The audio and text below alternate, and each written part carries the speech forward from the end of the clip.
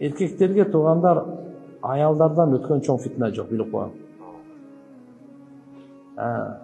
Өзгөчө мына имандууларга, намаз окугандарга бир арак менен жана башка казино менен алдай албайт шайтанчы. Ошон үчүн фитнатун ниса аялдардын фитнасы менен алып кетет. Бул өтө жаман неме фитна. Бул өтө жаман фитна. Кайсын элде жаштары зынага кириптер болуп калган болсо, ал элдин келечеги болбойт. Ал элде туугандар эртеби кечпи ушундай оорулар пайда болот, ата бабалары укпаган. Бул риваятта келет. Ошон үчүн бизге пайгамбарыбыз таза дин алып келген.